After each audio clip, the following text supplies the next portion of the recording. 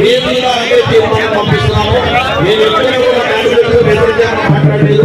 వాళ్ళు పార్టీలో సస్పెండ్ చేయమని చెప్పి కొందరు కోరుతున్నారు.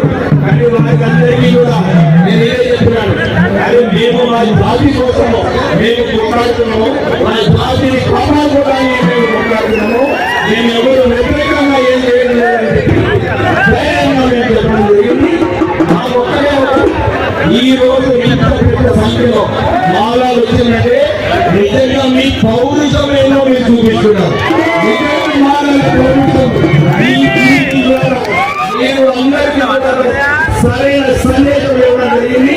అందు గురించి కూడా మీ అందరికీ మరొకసారి కృతజ్ఞతలు చెప్తూ ముగిస్తున్నాను. జై హింద్.